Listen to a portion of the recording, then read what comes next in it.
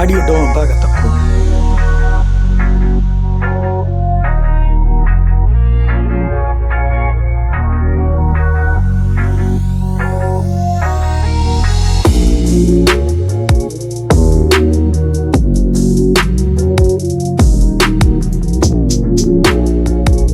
Good morning. Morning మ్యాగజైన్కి స్వాగతం. ప్రముఖ దినపత్రికలు వచ్చిన వార్తలు వెనక జరుగుతున్న పరిణామాలు చూద్దాం. ఈనాడు చూస్తే డిజిటల్ అరెస్ట్ పేరిట 24 కోట్ల దోపిడీ, విశ్రాంత ఉపాధ్యాయురాల నుంచి కాజేసిన నేరగాళ్లు. డిజిటల్ అరెస్టులు ఉండవని పోలీసులు విస్తృతంగా అవగాహన కల్పిస్తున్న ఈ తరహా మోసాలకు అడ్డుకట్టబట్టం లేదు. అందులోనూ ఉన్నత విద్యావంతులు, సాఫ్ట్వేర్ ఇంజనీర్లు, ప్రభుత్వ ఉద్యోగులు వీటి బారిన పడుతున్నారు. తాజాగా బెంగళూరుకు చెందినటువంటి విశ్రాంత ఉపాధ్యాయుల నుంచి సైబర్ నేరగాళ్లు 24 కోట్లు కాజేశారు. శివాజీ నగరానికి చెందినట్టు లక్ష్మీరామ్మూర్తి ఉపాధ్యాయులుగా పనిచేశారు. పిల్లలందరూ విదేశాల్లో స్థిరపడి ఇక్కడ ఒక్కరే నివసిస్తున్నారు. ఇటీవల ఆస్తులు విక్రయించగా వచ్చిన నగదును బ్యాంక్ ఖాతాల నుంచి విషయాన్ని గుర్తించిన కేటుగాళ్లు జనవరిలో ఆమెకు ఫోన్ చేసి బెదిరించి డబ్బులు లాక్కున్నారన్నటువంటి వార్తని హైలైట్ చేశారు. లేకపోతే శాంతికి సిద్ధం, యురేనియం నిల్వలను వదులుకునేందుకు ఇరాన్ అంగీకారం, అమెరికాతో దాదాపు ఖాయమైన ఒప్పందం, క్రమంగా తెరుచుకున్న ఒక హార్ముజ్, 60 రోజుల కాలావధులు అన్ని అంశాలపై కూలంకషంగా చర్చించాలనే నిర్ణయం, లెబనాన్లోనూ ముగియనున్న యుద్ధం, పశ్చిమాసియా సంక్షోభానికి ఇక తెరపడినట్టే. అమెరికా ఇరాన్ మధ్య శాంతి ఒప్పందం కుదరడం దాదాపుగా ఖాయంగా కనిపిస్తుంది. అగ్రరాజ్య అధ్యక్షుడు డొనాల్డ్ ట్రంప్ ముందు నుండి డిమాండ్ చేస్తున్నట్టు శుద్ధి చేసిన యురేనియం నిల్వలను వదులుకునేందుకు టెహ్రాన్ అంగీకరించినట్టు తెలుస్తోంది. తాము అణ్వాయుధం కోసం వెంపర్లాడడం లేదని ప్రపంచానికి భరోసా ఇచ్చేందుకు సిద్ధమంటూ ఇరాన్ అధ్యక్షుడు పెజెష్కియాన్ తాజాగా వార్తా సంస్థ ముఖాముఖిలో వ్యాఖ్యానించడం దీన్ని బలపరుస్తోంది. ముందుగా శాంతి ఒప్పందం కుదుర్చుకుని ఆపై 60 రోజుల కాలావధిలో అందులోని అంశాలపై ఇరు దేశాలు కూలంకషంగా చర్చించే అవకాశాలు ఉన్నాయి. చర్చలు క్రమ పద్ధతిలో నిర్మాణాత్మకంగా సాగుతాయని ట్రంప్ ఆదివారం ట్రూత్ సోషల్లో చెప్పారన్నటువంటిది హైలైట్ చేశారు. అయితే ఆహార భద్రతకు అసలు పరీక్ష, విభజన ఒప్పందం గడువు ముగిసిన రాష్ట్రంలో సిద్ధంగాని ప్రయోగశాలలు, ఏపీ నమూనాలను తిరస్కరిస్తున్న తెలంగాణ ఫుడ్ ల్యాబొరేటరీ, రాష్ట్రంలో ఫుడ్ సేఫ్టీ అధికారులు సేకరిస్తున్న నమూనాన్ని పరీక్షించేందుకు హైదరాబాద్ నాచారంలోని తెలంగాణ స్టేట్ ఫుడ్ ల్యాబొరేటరీ ససేమిరా అంటుంది. అక్కడికి పంపుతున్న నమూనాలు తిరుగుటపాల వెనక్కి వస్తున్నాయి. ఈ పరిస్థితి ఆహార భద్రతా ప్రమాణాల శాఖను అయోమయంలోకి నెట్టేసింది. విభజన జరిగి 12 ఏళ్ళు అవుతున్న ఇక్కడ అవసరాలకు తగ్గట్టుగా రాష్ట్ర స్థాయి ప్రయోగశాలలు సిద్ధం కాలేదు. కోట్లు వెచ్చించి విశాఖపట్నం, గుంటూరు, తిరుమల, తిరుపతి, కర్నూలు ల్యాబుల్ని స్టేట్ ఫుడ్ ల్యాబొరేటరీగా మారుస్తున్నట్టు ప్రకటించిన పలు ల్యాబులను ఆర్భాటంగా ప్రారంభించిన పరికరాలు, సిబ్బంది లేక సమస్యగా మారింది. దీంతో ప్రైవేట్ ల్యాబులను ఆశ్రయించి పరీక్షలు చేయించాల్సిన దుస్థితి నెలకొంది. వైపు మితిమీరిన ఆహార కల్తీలు ప్రజారోగ్యాన్ని ప్రమాదంలోకి నెట్టేస్తుంటే కీలక విభాగాన్ని పర్యవేక్షించే వైద్యారోగ్య శాఖ మేనమేషాలు లెక్కిస్తుంది. ఉమ్మడి రాష్ట్రంలో ఫుడ్ సేఫ్టీ అధికారులు సేకరించిన ఆహార నమూనాలను ఆచారం ప్రయోగశాలలో పరీక్షించేవాళ్ళు. విడిపోయాక ల్యాబ్ తెలంగాణ పరిధిలోకి వెళ్ళింది. ఆ ల్యాబ్ సేవలు 2014 నుంచి 10 ఏళ్ల పాటు ఆంధ్రప్రదేశ్కు అందుబాటులో ఉండాలని విభజన చట్టం చెప్పింది. ఈలోగా ఏపీలో రాష్ట్ర స్థాయి ల్యాబొరేటరీలు అందుబాటులోకి తేవాలి. పొరుగు రాష్ట్ర ప్రయోగశాలపైన ఆధారపడుతూ ఇక్కడ ల్యాబులు సిద్ధం చేయడంలో అధికారులు జాప్యం చేశారు. ఇదే ప్రస్తుత సమస్య కారణం. అంతే తప్పించి 7 సంవత్సరాలుగా అధికారంలో ఉన్నటువంటి చంద్రబాబు కాదు, అది స్పెషల్ వీళ్ళది. అదే కనుక జగన్ అయ్యి ఉంటే జగన్ పట్టించుకోకపోవడం వల్ల అని రాసేవాళ్ళు అనమాట. అయితే పిల్లల్ని కూడా చూడకుండా గొంతులు కోయించారు, అల్టిమేటం ఇచ్చి మరి హత్యలు చేయించిన చరిత్ర జగన్దే. ఆశ్రయం ఇచ్చిన వాడిని దారుణంగా చంపించే నైజం వైఎస్ కుటుంబాన్ని. హత్యలో పెట్టుబడిగా వాళ్ళు రాజకీయంగా ఎదిగారు. తెలుగుదేశం పార్టీ నేత మాజీ ఎమ్మెల్సీ బీటెక్ రవిధ్వజం. పిల్లలని కూడా చూడకుండా గొంతులు కోయించిన చరిత్ర జగన్ రెడ్డి కుటుంబానికి ఉందని మాజీ ఎమ్మెల్సీ మారెడ్డి రవీంద్రనాథ్ రెడ్డి ధ్వజమెత్తారు. పులివెందుల్లో ప్రజాదరణ పొందుతూ రాజకీయంగా ఎదుగుతున్నారని ఎరుకల సామాజిక వర్గానికి చెందిన మహేష్ను దేవిరెడ్డి శంకర్రెడ్డి హత్య చేశారు. వారంలో ప్రాణాలు తీయాలని అల్టిమేటం రావడంతో శంకర్రెడ్డి అంత అఘాయిత్యానికి దిగించారు. భవిష్యత్తులో మహేష్ కుటుంబ సభ్యుల నుంచి ప్రాణహాని ఉంటుందని పిల్లల్ని కూడా చూడకుండా అతడి తమ్ముడి కుమారుడు ఉదయ్, అబ్బాయి స్నేహితుడు సాకే రామాంజనేయులు కూడా హత్య చేశారు. వాళ్ళని చంపేందుకు కువైట్ గంగాధర్ రెడ్డితో కోవర్ట్ ఆపరేషన్ చేయించి బీరులో ఒత్తు మందు కలిపి పీకలు కోశారు. తలాముండం వేరు చేసి బ్రిడ్జి కింద పడేశారు. ఈ దారుణాలన్నింటి వెనక మాజీ ముఖ్యమంత్రి జగన్ ఉన్నారని బీటెక్ రవి ఆరోపించారు. మరి అప్పుడు తెలుగుదేశం పార్టీ ఏం చేసింది? అధికారంలో ఉన్నటువంటి సందర్భంలో తీసుకెళ్లి జైల్లో పెట్టాలి కదా. ఎంతసేపటికి దారిని పోయే ప్రతి అంశాన్ని జగన్ మీదకి తీసుకురావడం, అదే సందర్భంలో ఒక దుర్మార్గమైనటువంటి ప్రచారం తీసుకురావడం. నిజంగా జగన్ అట్లా చేయించితే అసలు ఈ బీటెక్ రవి ఎందుకు బతుకుంటాడు? లేకపోతే అంతకుముందు సతీష్ రెడ్డి ఎందుకు బతుకుంటాడు? తెలుగుదేశం పార్టీ నాయకులందరూ, రెడ్డి వీళ్ళందరూ ఎట్లా బతుకుంటారు? అంత అరాచకం జరుగుంటే గనక కేవలం 24 గంటలు ఒక సాంస్కృతిక దాడి, లేకపోతే ఒక క్యారెక్టర్ అసాసినేషన్, వ్యక్తిత్వ దాడి చేయటం అనేటటువంటి ఒక నిరంతరం చేసుకురావడం అన్నటువంటి సాగుతోంది. జగన్ని దుర్మార్గుడిగా చూపించడం ద్వారా భవిష్యత్తులో జగన్ అనేటటువంటి వ్యక్తిని ఎన్నుకోకూడదు అనేది ప్రజల్లో ఫీలింగ్ క్రియేట్ చేయడం జరుగుతున్న వ్యవహారం. ఇకపోతే హై స్కూల్ ప్లస్ సమస్యలు ఫుల్, 1100కి పైగా అధ్యాపక పోస్టుల ఖాళీలు, ప్రవేశాల ఫలితాల్లోనూ వెనకబాటే. ప్రభుత్వ హై స్కూల్ ప్లస్లో ఇంటర్మీడియట్ నిర్వహణ గాడి తప్పుతోంది. వీటిల్లో పాఠాలు చెప్పేందుకు అధ్యాపకులు పూర్తి స్థాయిలో లేరు. గత ప్రభుత్వంలో బాలికలకు ప్రత్యేకంగా ఇంటర్మీడియట్ విద్య కోసం 294, ఆ తర్వాత కో ఎడ్యుకేషన్ కోసం మరో 210 ఉన్నత పాఠశాలలో ఇంటర్మీడియట్ని ప్రారంభించారు. వీటిని హై స్కూల్ ప్లస్లుగా పేరు మార్పు చేశారు.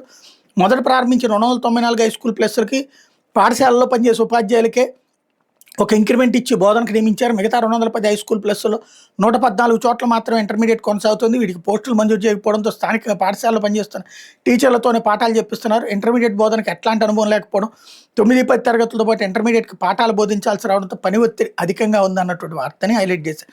మరి రిజల్ట్ భారీగా వచ్చిందని మొన్ననే కదా చెప్పుకొచ్చింది. ఇది ఎవరు నిర్ణయం తీసుకోవాలి ఇప్పుడు?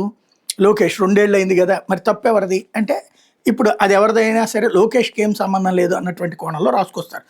అతి తక్కువ ఉత్తీర్ణత అని ఇక్కడ రాసుకొచ్చారు. అందుకే 3 ఏళ్ళుగా పబ్లిక్ పరీక్షలు హై స్కూల్ ప్లస్లోనే అతి తక్కువ ఉత్తీర్ణత నమోదైంది. ఏడాది ప్రథమ సంవత్సరంలో 50% మంది, ద్వితీయ సంవత్సరంలో 43% మంది విద్యార్థులు ఫెయిల్ అయ్యారు. ప్రథమ సంవత్సరంలో గత ఏడాదితో పోలిస్తే ఉత్తీర్ణత పెరిగిన ప్రభుత్వ యాజమాన్యాల్లో ఇదే అతి తక్కువ ఉత్తీర్ణత.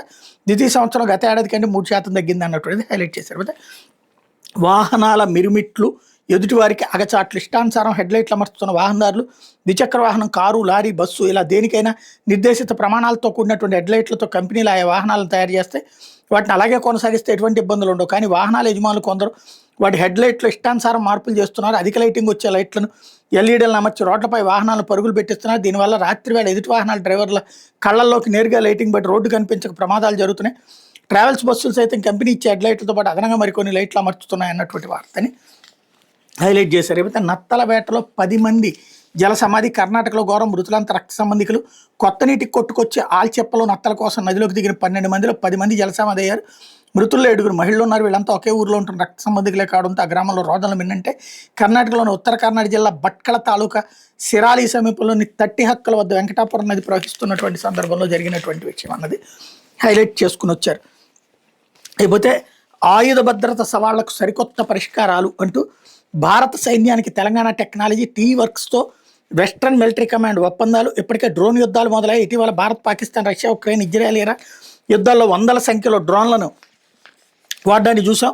భవిష్యత్తులో అసమాన యుద్ధ వ్యూహాల్లో డ్రోన్ వినియోగానికి మరింత ప్రాధాన్యం పెరిగే అవకాశాలు ఎక్కువ. ఈ నేపథ్యంలో తక్కువ ఖర్చుతో పనిచేసే యాంటీ డ్రోన్ బుల్లెట్ పేరిట ఒక ప్రత్యేక సాంకేతిక ప్రాజెక్టుని తెలంగాణ ప్రభుత్వ ఆధ్వర్యంలో ప్రోటోటైపింగ్ ఇన్నోవేషన్ కేంద్రం వర్క్స్ చేపట్టింది. ముఖ్యంగా సరిహద్దు భద్రత, వ్యూహాత్మక రక్షణ, తక్కువ ఎత్తులో సంచరించే డ్రోన్లను అడ్డుకోవడం వంటి అవసరాలను దృష్టిలో ఉంచుకుని బుల్లెట్ ఖచ్చితత్వం, వ్యాప్తి విధానం, ప్రభావ సామర్థ్యం, పరిపరిధి వంటి అంశాల మీద నిర్వహించిన పరిశోధనలు విజయవంతమైనటువంటిది హైలైట్ చేశారు. అయితే కాంట్రాక్టర్కి 3 కోట్లు చెల్లించండి.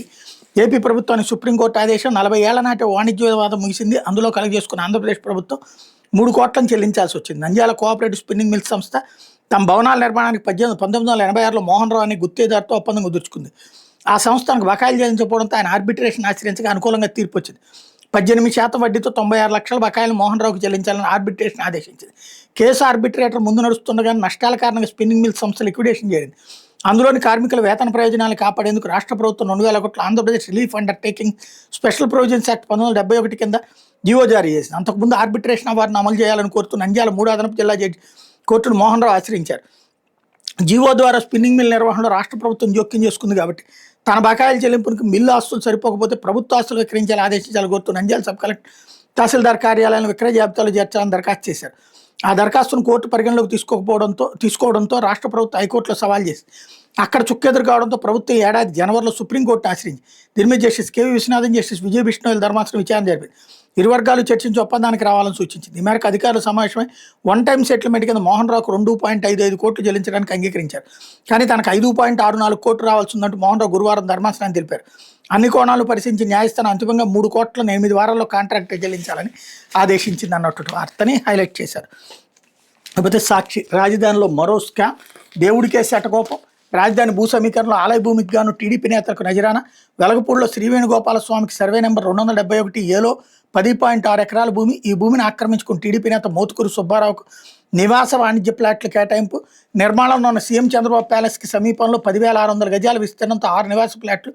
ఇదే ప్రాంతంలోని E6 రోడ్డుకు సమీపంలో 2,650 గజాలు చొప్పున 2 వాణిజ్య ప్లాట్లు. 2015-18 దేవాలయ భూమి అని స్పష్టం చేసింది దేవాదాయ శాఖ. 2024లో చంద్రబాబు సర్కార్ రాగానే మారిన సీన్. వంగవీటి మోహన్ రంగ హత్య కేసులో ఆరోపణలు ఎదుర్కొన్న ఓ ఎమ్మెల్యే చక్కని తిప్పిన వైన ఈ భూమికి సంబంధించిన తన అనుచరుడు మోతుకూరికి నివాస వాణిజ్య ప్లాట్లు కౌలు చెల్లించాలని ఉన్నత స్థాయిలో ఒత్తిడి. రంగంలోకి దిగిన పేకాట్లో చేతిరిగిన మంత్రి. ఫలితంగా మోతుకూరికి నివాస వాణిజ్య ప్లాట్లు కౌలు కేటాయిస్తూ 2025 జూన్ 18 CRDA ఒప్పందం అన్నటువంటిది హైలైట్ చేశారు.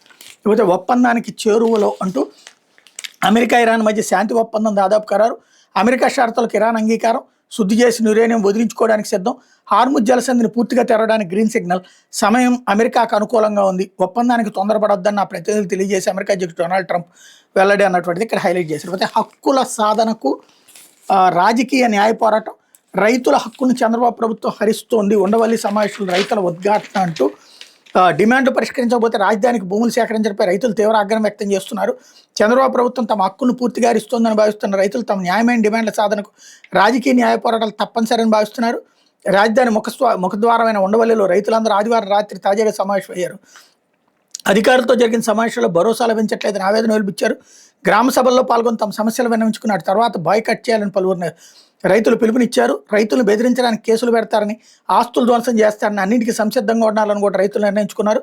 ప్రముఖ వైద్యులు కన్నారావు నాయుడు, రైతు సంఘ నాయకులు ఈశ్వర్ రెడ్డి, ఎంపీటీసీ మాజీ సభ్యుడు కల్లం సంజీవ్ రెడ్డి తదితరులు ఈ సందర్భంగా మాట్లాడారన్నటువంటిది హైలైట్ చేశారు. ఇకపోతే రైతులకు సంఘీభావంగా వెళ్తే అరెస్టులు చేయిస్తారా? సీఎం చంద్రబాబుపై వైఎస్ఆర్సీపీ అధ్యక్షుడు మాజీ సీఎం వైఎస్ జగన్ నిప్పులు. మొక్కజొన్న కనీస మద్దతు ధర కొనుగోలు చేయకపోయినా ఎవరూ ప్రశ్నించకూడదా? శాంతియుతంగా నిరసన తెలియజేయడానికి వెళ్తే బీపీ ఎందుకు చంద్రబాబు? మీ దుర్మార్గాలను ప్రశ్నిస్తున్న గౌరవప్రదమైన వ్యక్తులపై కూడా కేసులు పెట్టించి బెదిరింపులకు దిగుతారా? నిత్యం ప్రజా గొంతుకై నిలిచే ప్రొఫెసర్ నాగేశ్వరరావు కేసులు పెట్టించడం దారుణం కాదా? దాడులు చేసి ప్రతిపక్షం గొంతు నొక్కి పోలీసులను రాజకీయ ఆయుధంగా వాడుకుంటే ఎంతకాలం పాలిస్తారు? ప్రజలు దీన్ని ఎల్లకాలం సహించారని అధికార మతంతో విర్రవీగుతున్న ఈ ప్రభుత్వం గుర్తుంచుకోవాలంటే హెచ్చరిక. ప్రజల పక్షాన వైఎస్ఆర్సీపీ గళం విప్పుతూనే ఉంటుంది, నిరంతరం వాళ్ళకి అండగా ఉంటామని స్పష్టీకరణ అన్నటువంటిది హైలైట్ చేశారు. లేకపోతే సర్కారు మాస్టర్ ప్లాన్ ప్రణాళిక ప్రకారమే డిఎస్సీ స్కామ్. టెట్ సమయంలో ఉన్నపళంగా కన్వీనర్ తొలగింపు, ఆ బాధ్యతలు ఎస్సీఆర్టీ డైరెక్టర్కి అప్పగింత. డిఎస్సీ పేపర్ తయారీ, పరీక్ష నిర్వహణ ఒక్కళ్ళ చేతుల్లోనే. ఉపాధ్యాయ అభ్యర్థుల భవిష్యత్తును కాంట్రాక్ట్ ఉద్యోగి చేతిలో పెట్టిన వైనం. ఎంతో భద్రతతో జరగాల్సిన పేపర్ తయారీలో కాంట్రాక్ట్ ఉద్యోగి పాత్ర. పోస్టుకి ఎంపికైనట్టు ఎస్ఎంఎస్లు పంపాక టెక్స్ట్ మెసేజ్ అంటూ దాటవేత. జరిగిన లీకేజీ బయటకు రాకుండా దాచే ప్రయత్నం అన్నటువంటి హైలైట్ చేశారు. వావిలాల లీలామహేశ్వరి కన్నుమూత. స్వతంత్ర సమరయోధులు వావిలాల గోపాలకృష్ణ వారసత్వాన్ని కొనసాగించిన లీలామహేశ్వరి సారా నిషేధం, సంపూర్ణ అక్షరాస్యత ఉద్యమాల కీలక పాత్ర. ఉపాధ్యాయునిగా విశేష సేవలు, గుంటూరు బొంగరాల బీళ్ళలో ముగిసిన అంత్యక్రియలు అన్నటువంటిది హైలైట్ చేశారు. అగ్నికి ఆజ్యం, ఎల్నినోకు లూ గాలులు తోడు. ఉత్తర భారతం వైపు నుంచి వీస్తున్న వాయువు గాలులు, ఎల్నినో పరిస్థితులకు తోడు ఉత్తర భారతదేశం వైపు నుంచి వీస్తున్న వాయువు గాలుల ప్రభావంతో రాష్ట్రంలో ఎండలు మండిపోతున్నాయి. కొద్ది రోజులుగా రాష్ట్రంలోకి వాయువు దిశ నుంచి తీవ్రమైన వేడి గాలులు వస్తున్నాయి. మధ్యప్రదేశ్, మహారాష్ట్ర, తెలంగాణ మీదుగా ప్రయాణించే ఈ గాలులు రాష్ట్రంలో ప్రవేశించే సమయానికి తీవ్రమైన వడగాలులుగా మారుతున్నాయి. రాజస్థాన్ ఎడారి ప్రాంతాలు, పాకిస్తాన్ సరిహద్దులు విపరీతంగా వేడెక్కడం వల్ల పుట్టే ఈ గాలులను లూగాలు అని పిలుస్తారు. ఇవి సముద్రం నుంచి కాకుండా పూర్తిగా భూమి మీదుగా ప్రయాణిస్తూ దారిలో ఉన్న తేమను పూర్తిగా లాగేసుకుంటున్నాయి అన్నటువంటిది హైలైట్ చేశారు. విదేశీ ప్రయాణికులకు ఎబోలా పరీక్షలు, కాంగో, ఉగాండా దేశాల నుంచి వచ్చే వాళ్ళకి నిర్వహణ, విశాఖ, తిరుపతి, విజయవాడ విమానాశ్రయాల పరీక్షలు, ఆఫ్రికా దేశాలకు ప్రయాణాలు వాయిదా వేసుకోవాలని కేంద్రం సూచన అన్నటువంటిది హైలైట్ చేశారు. లేకపోతే బాణుడు బగబగ అంటూ ఇక్కడ ఆ వేడికి సంబంధించిన వార్తల్ని వేసుకొచ్చారు. లేకపోతే సిఐలు, ఎస్ఐల పైన ఫిర్యాదు చేస్తాం, గిట్టుబాటు ధర అడుగుతుంటే టీడీపీ నేతలు దాడులు చేస్తున్నారు. ప్రభుత్వ పెద్దల ఆదేశాలతో పోలీసులు చెలరైపోతున్నారు. రెచ్చిపోతున్న సీఏలు, ఎస్ఐలపై ఎన్హెచ్ఆర్సీ, మహిళా కమిషన్, ఎస్సీ ఎస్టీ కమిషన్ ఫిర్యాదు చేస్తాం. వైఎస్ఆర్సీపీ పొన్నూరు, వేమూరు, రేపల నియోజకవర్గాల సమన్వయకర్తల స్టేట్మెంట్లను ఇక్కడ హైలైట్ చేశారు. లేకపోతే చంద్రగిరి టీడీపీ ఎమ్మెల్యేపై జనసేన నేత ఫైర్. తొండవాడ గ్రామాన్ని పాకిస్తాన్తో పోల్చడంపై జనసేన నాయకుడు మురళి ఆగ్రహం అంటూ. తిరుపతి జిల్లా చంద్రగిరి టీడీపీ ఎమ్మెల్యే పులివర్తి నాని ఆయన కుటుంబం చేస్తున్న అవినీతి, అరాచకాలు, అక్రమాలు, దౌర్జన్యాలు మితిమీరి ఆయన కూటమి పార్టీ నేతలు మండిపడుతున్నారు. 2 ఏళ్లలో జనసేన బీజేపీ నేతలను ఎమ్మెల్యే నాని దూరం పెడుతూ వస్తున్నాడని ఆగ్రహం వ్యక్తం చేస్తున్నారు. ప్రభుత్వ కూటమి కార్యక్రమాల్లో తమకు కనీస గుర్తింపు ఇవ్వడం లేదని, పైగా వాళ్ళకి పనులు చేయొద్దని అధికారులకు హుకుం జారీ చేయడంపై రగిలిపోతున్నారు. మరోవైపు గతంలో జనసేన నియోజకవర్గం ఇన్ఛార్జ్ దేవర మనోహర్ ఎమ్మెల్యే నాని అరాచకాలు, భూ కబ్జాల దందాలపై 15 పేజీలతో కూడిన నివేదికను జనసేన అధినేత డిప్యూటీ సీఎం పవన్ కళ్యాణ్కి అందజేశారు. అంతకుముందు బీజేపీ నేతలు కూడా నాని అవినీతిపై తమ పార్టీ పెద్దలకు ఫిర్యాదు చేశారు. సిపిఎం, సిపిఐ అధినాయకులు సైతం పులివర్తి నాని భూ కబ్జాలపై ఇటీవల ఆందోళన చేపట్టారు. అయినా నానిని ప్రభుత్వ పెద్దలు కట్టడి చేయకపోవడంతో ఆయన ఆగడాలు మితిమీరిపోయాయి. ఇటీవల తొండవాడ గ్రామాన్ని పలుమార్లు పాకిస్తాన్తో పోల్చూ సోషల్ మీడియాలో నాని మాట్లాడారు. ఈ క్రమంలో పులివర్తి నాని ఆదివారం అదే గ్రామానికి చెందిన వ్యాపారవేత్త ఇంటికి వచ్చారు. సీఎం చంద్రబాబు సొంత మండలం అయినటువంటి చంద్రగిరి జనసేన పార్టీ అధ్యక్షుడు మురళీరెడ్డి విషయం తెలుసుకుని అక్కడికి బయలుదేరారు. జనసేన పార్టీని ఏ విషయంలోనూ పరిగణలోకి తీసుకోకపోవడమే కాకుండా తాజాగా తమ గ్రామాన్ని పాకిస్తాన్తో పోల్చడం తగదని తీవ్ర ఆగ్రహం వ్యక్తం చేశారు. ఎమ్మెల్యే నాని వ్యాఖ్యలపై అక్కడ ఉన్న టీడీపీ నేతను నిలదీశారు. 2 ఏళ్లుగా మన గ్రామాన్ని పట్టించుకోలేదు, పైగా మన గ్రామాన్ని పాకిస్తాన్ నుండి హేళన చేశాడు. అలాంటి ఆయన ఇప్పుడు ఎందుకు వచ్చారు, అలాంటి ఎమ్మెల్యేని ఎలా ఆహ్వానిస్తారంటూ ప్రశ్నించారు. దృష్టిలో చెప్పు చేత పట్టుకున్న నడురుడిపై ఆగ్రహంతో ఊగిపోయారు. నానిని కొడతానంటూ రంకెలేశారు. గ్రామస్తుల కూటమి నాయకులు మురళీరెడ్డి బలవంతంగా ఆ ప్రాంతం నుంచి తీసుకెళ్లారన్నటువంటి వార్తని హైలైట్ చేశారు. కాకపోతే ఆంధ్రజ్యోతి 60 రోజుల ఒప్పందం తాత్కాలిక శాంతి ఒప్పందాన్ని ఖరారు చేసిన ఇరాన్, అమెరికా, అందరితో చర్చించి నిర్ణయం తీసుకున్నామన్న డొనాల్డ్ ట్రంప్, శుద్ధి చేసిన యురేనియం వదులుకోవడానికి ఇరాన్ అంగీకారం, 60 రోజులు హార్ముజ్ జలసంధిని తెరిచేందుకు సిద్ధం. ఆ సమయంలో అణు ఒప్పందంపై ఇరు దేశాల మధ్య తదుపరి చర్చలు, అమెరికా మీడియా వెల్లడి, అధికారికంగా స్పందించిన ఇరాన్ అన్నటువంటిది హైలైట్ చేశారు. కాలంతో పోటీ, నీరు ఉరకలు వేయాలి, పనులు పరుగులు తీయాలి, శరవేగంగా పోలవరం ప్రాజెక్టు నిర్మాణం, సాంకేతికత, ఇంజనీరింగ్ నైపుణ్యం మేళవింపు, పుష్కరాలకు తొలిదేశ డెడ్లైన్ వచ్చే ఏడాది జూన్, రాత్రింబవళ్ళు ప్రధాన డ్యాం పనులు, భద్రతకు ప్రాధాన్యం, 3 దశల్లో తనిఖీలు, కుడి ఎడమ ప్రధాన కాలువలో కనెక్టివిటీలను పూర్తి చేయడంపైన దృష్టి, దేశంలో మరే ప్రాజెక్టుకు లేని ప్రత్యేకతలు, నదీ ప్రవాహాన్ని మళ్లించి ఈసీఆర్ఎఫ్ డ్యామ్, సెల్ ఫోన్తోను స్పిల్వే గేట్ల నిర్వహణ అన్నటువంటిది హైలైట్ చేశారు. 1946 పోలవరం ప్రాజెక్టు కట్టాలని నిర్ణయించారు. 1981లో శంకుస్థాపన చేసి శిలాఫలకం వేశారు. అప్పటి నుంచే ప్రధాన దశాబ్దాలు గడిచిన ప్రభుత్వాలు మారిన ఫలితం శూన్యం. 20 ఏళ్ల కిందట వచ్చిన తెలుగు సినిమా డైలాగ్ ఇది. ఈ Polavaram project very very complicate project. ఎందుకు ఈ మాట అంటున్నా అంటే నాకు అర్థం కాలేదు కాబట్టి చాలాసార్లు చూసి అధ్యయనం చేసి అనేక మందితో మాట్లాడిన తర్వాత చెప్తున్నది ఇప్పట్లో పూర్తయ్యేది కాదంటూ అంబటి రాంబాబు స్టేట్మెంట్. ఈ రెండు కూడా ఒకటే, పోలవరం ఒక కలగానే మిగిలిపోతుంది అనుకున్నది చేశారు అన్నట్టుంది. అది కేంద్ర ప్రభుత్వం చేస్తుంది, రాష్ట్ర ప్రభుత్వం చేసేది ఏమీ లేదు, మేస్త్రి పాత్ర తప్ప. దాన్ని ఇక్కడ రాష్ట్ర ప్రభుత్వానికి ఆపాదించి అద్భుతం చేస్తుందని బిల్డప్ ఇచ్చే ప్రయత్నం చేస్తున్నారు. లేకపోతే ఏడాదిలోపు మోడీ సర్కార్ పతనం, విధాన వైఫల్యం వల్ల ఆర్థిక సంక్షోభం, నీటి పరీక్ష లీకేజీపై విద్యామంత్రి రాజీనామా చేసే వరకు విశ్రమించం, మైనార్టీల ముసుగులో కాదు ముస్లిం సమస్యలపై నేరుగా పోరాడడానికి కాంగ్రెస్ ఆధ్వర్యంలో జూన్ 6న మైనార్టీ ఎస్సీల ఉమ్మడి సదస్సు, భవిష్యత్తులో హిందూ ముస్లిం రాజకీయాలు ఉండవు, అసమానతలే జాతీయ సమస్యగా మారితే కాంగ్రెస్ నేత రాహుల్, బీజేపీ ఆగ్రహం, విదేశీ శక్తులతో కలిసి కుట్ర చేస్తున్నాను ధ్వజం అన్నటువంటిది హైలైట్ చేశారు. రిజిజు వర్సెస్ దీప్కే, కాక్రోచ్ జనతా పార్టీ ఫాలోవర్లపై మాటల యుద్ధం, పాకిస్తానీ ఫాలోవర్ల కోసం ఆరాటాన్ని చూస్తే జాలేస్తుంది, రిజిజు దేశ యువతను పాకిస్తానీలు అంటారంటూ దీప్కే స్టేట్మెంట్ ఇక్కడ హైలైట్ చేశారు. ఓవరాల్గా ఇందులో కనబడుతున్నటువంటిది ఏంటంటే బీజేపీని టార్గెట్ చేస్తూ ఫ్రంట్ పేజీ వార్తలు రాయడం బిగించేసింది ఆంధ్రజ్యోతి. తద్వారా భారతీయ జనతా పార్టీని తొక్కేయాలనేటటువంటి కుట్ర మరొకసారి తెర మీదకి తీసుకొచ్చినట్టు స్పష్టంగా కనబడుతుంది.